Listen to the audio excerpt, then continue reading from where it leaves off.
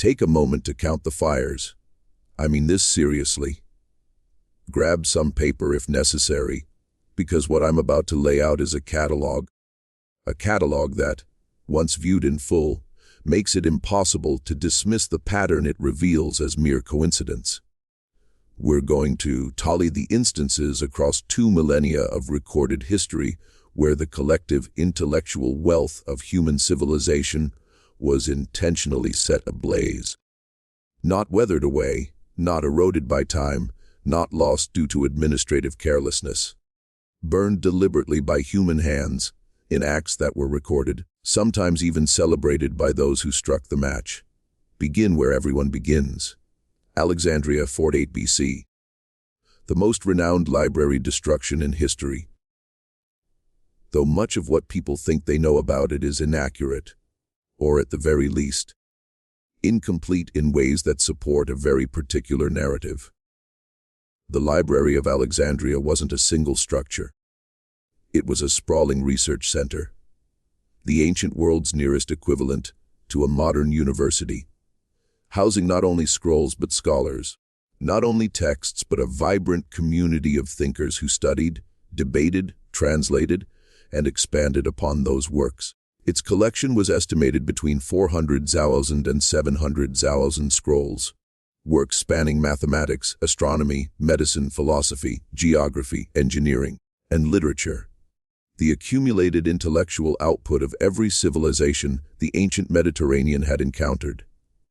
Egyptian, Greek, Persian, Babylonian, Indian, knowledge from traditions reaching back millennia, translated, copied, catalogued, and preserved within one institution, and it burned, not once, but multiple times.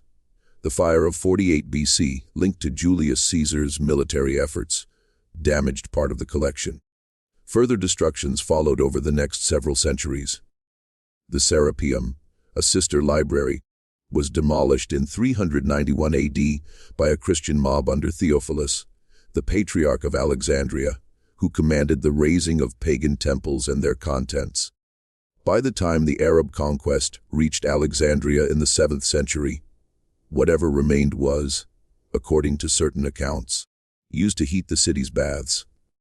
The standard account treats Alexandria as a tragedy, a singular loss, the great what if of Western intellectual history.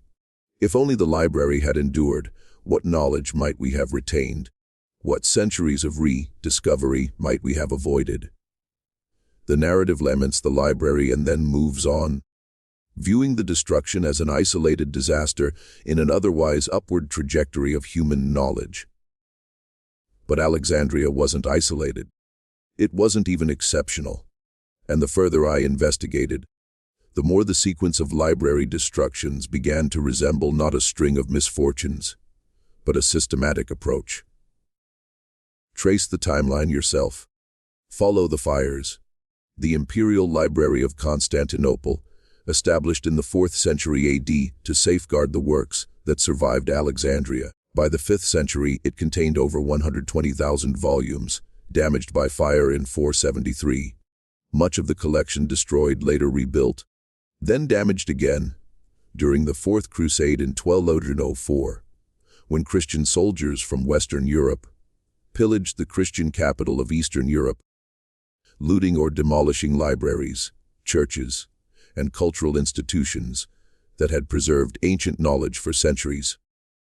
The Crusaders weren't assaulting an alien civilization. They were attacking their own kin. And the knowledge that perished was knowledge that bridged the medieval world to the ancient one. The House of Wisdom in Baghdad, founded during the Islamic Golden Age in the 8th century, the foremost intellectual institution of its time.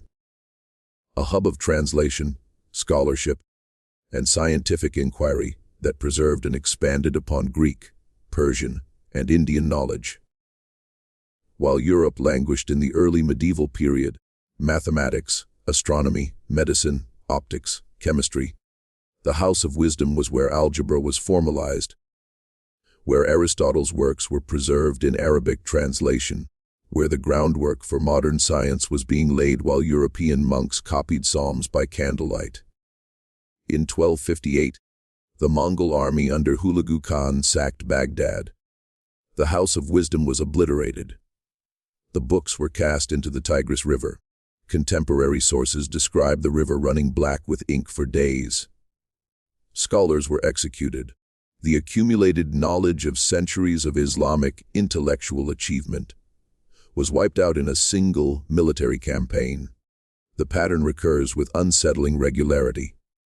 Nalanda University in India, one of the oldest universities globally, active continuously from the 5th to the 12th century, a Buddhist learning center that housed an estimated 9 million manuscripts, covering every discipline known to the ancient Indian intellectual tradition. In 1193, Bakhtiyar Khilji's forces razed Nalanda to the ground. The library was so immense that it reportedly burned for 3 months. 3 months. The smoke from 7 centuries of Indian scholarship darkened the skies for weeks. The silence was overwhelming when I began arranging these destructions in chronological order, because each one, when taught in isolation, appears as an independent event. A military campaign here, a religious purge there, the unfortunate collateral damage of conquest and zealotry. But when you arrange them side by side, when you view them as a sequence, rather than isolated incidents, the pattern becomes undeniable. Every major repository of pre-modern knowledge was destroyed. Every single one, not most all. Alexandria, Constantinople, Baghdad, Nalanda. The pattern stretches across 2,000 years, 4 continents, and every major civilization that sought to preserve the accumulated knowledge of the ancient world. And in each instance, the destruction was executed by forces representing an expanding power structure: Roman, Christian, Mongol, Islamic, that gained from the erasure of what preceded them, as if following a script they didn't fully comprehend. Now move the timeline forward, because the burning didn't cease with ancient and medieval libraries. It persisted into the era supposedly defined by enlightenment, reason, and the preservation of knowledge as a cornerstone of civilized society. The Maya Codices. When Spanish conquistadors arrived in Mesoamerica, they encountered a civilization that had developed one of the most sophisticated writing systems in the pre-Columbian Americas. The Maya had produced thousands of codices, bark paper books containing their history, astronomy, mathematics, medicine, and religious practices. In 1562, Bishop Diego de Landa ordered the destruction of Maya texts in an auto-da fe at Manji in the Yucatan. He described his own actions with chilling clarity. The Maya, he wrote, had great numbers of books, and because they contained nothing but superstition and the devil's lies, he burned them all. They felt great pain, he noted, which caused them much grief. Of the thousands of Maya codices that existed before European contact, 4 survive. 4. Everything else was incinerated by a single bishop who concluded that the accumulated knowledge of an entire civilization was the work of the devil. The mathematics that had produced the most accurate calendar in the pre-modern world, the astronomical observations that had tracked Venus and Mars with a precision unmatched in Europe for centuries, the medical knowledge, the historical records, the literary traditions, all of it burned by a man who wrote about the grief he caused and saw no reason to stop causing it. The deeper I delved, the more I encountered the same pattern recurring across the entire colonial period. Wherever European powers encountered literate non-European civilizations, libraries burned. The Aztec codices destroyed by Spanish missionaries in the decades following the conquest. The Inca Quipu records. Knotted string archives encoding the administrative and historical knowledge of the largest empire in the pre-Columbian Americas were systematically destroyed by Spanish colonial administrators who either couldn't read them and thus feared them, or could read them and thus feared them more. In India, The British colonial administration oversaw the destruction or neglect of Sanskrit libraries that had preserved Hindu, Buddhist, and Jain scholarship for millennia. In China, the imperial library system suffered repeated damage during periods of conquest and civil war, with the Taiping Rebellion alone resulting in the destruction of countless, irreplaceable texts in the mid-1800s. Count the fires. Count them across 2 millennia. Alexandria, Constantinople, Baghdad, Nalanda, the Maya Codices, the Aztec Codices, the Inca Quipu, the Sanskrit libraries, the Chinese imperial collections, the Moorish libraries of Siku, Cordoba, and Granada, destroyed or dispersed when Christian forces reconquered Spain. The Irish monastic libraries, damaged during Viking raids and later English colonial suppression. The indigenous oral libraries, not written but memorized, destroyed not by fire, but through the killing and forced assimilation of the people who carried them. The pattern repeats with unsettling precision, and it doesn't stop in the distant past. In 1885, King Leopold II of Belgium established control over the Congo Free State. What followed was one of the most brutal colonial regimes in modern history. And among the many atrocities committed during Leopold's rule, one is rarely mentioned: the systematic destruction of Congolese cultural records, artifacts and knowledge systems, the oral histories, the governance structures, the accumulated knowledge of civilizations that had managed complex societies across Central Africa for centuries.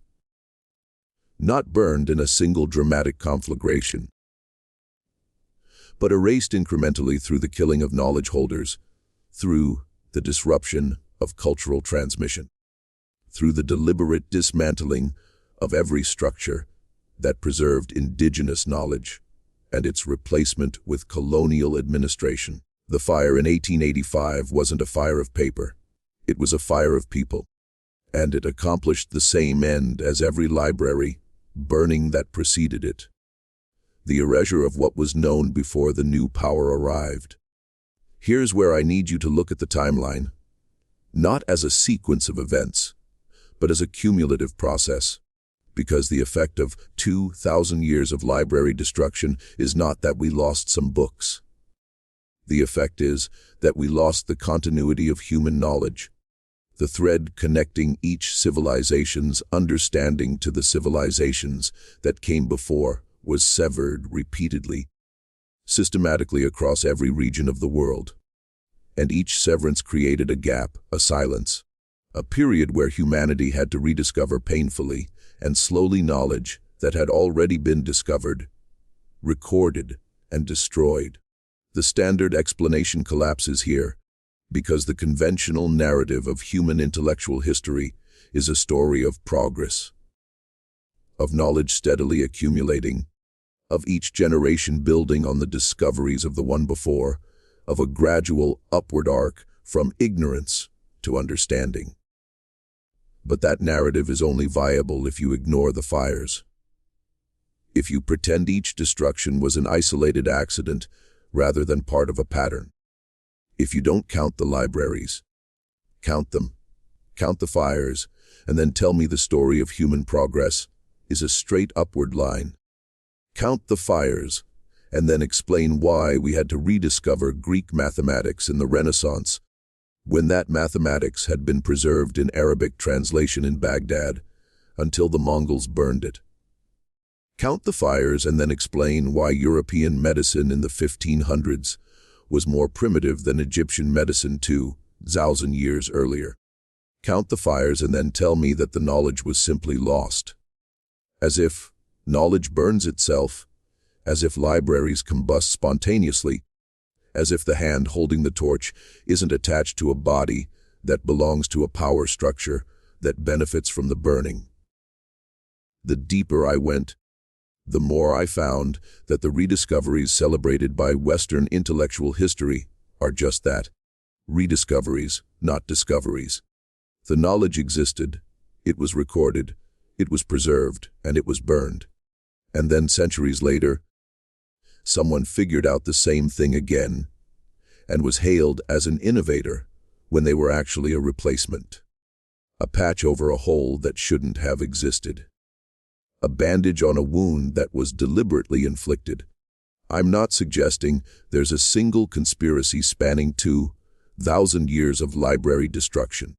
The Mongols who burned Baghdad weren't coordinating with the Spanish who burned Maya Codices. The Christian mob that destroyed the Serapeum wasn't in contact with the British administrators who neglected Sanskrit libraries. Each act of destruction had its own perpetrators, its own context, its own local motivations.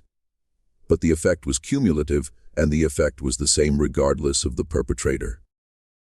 The severing of knowledge, the erasure of continuity, the creation of a population that believes the present is the pinnacle, because the evidence of what came before has been burned.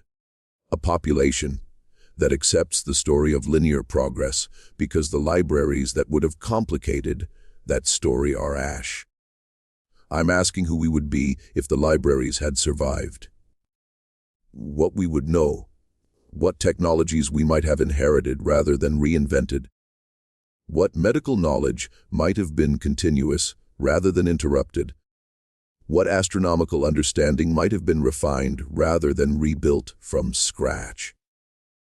What mathematical traditions might have remained unbroken rather than shattered and reassembled across centuries of unnecessary ignorance. I'm asking what was in the scrolls that burned at Alexandria. What was in the books that sank in the Tigris? What was in the Codices that Bishop Nalanda set ablaze while the Maya watched and wept? What was in the oral traditions that died with the last elder who carried them? We'll never know. That's the point. That's what burning achieves that no other form of suppression can match. Censorship can be reversed. Banned books can be reprinted. Suppressed ideas can resurface. But ash cannot be unburned. Knowledge that has been completely destroyed cannot be recovered. It can only be mourned. And eventually, when enough time passes, it can't even be mourned, because no one remembers it existed. Handed a story of progress and told it was the whole story.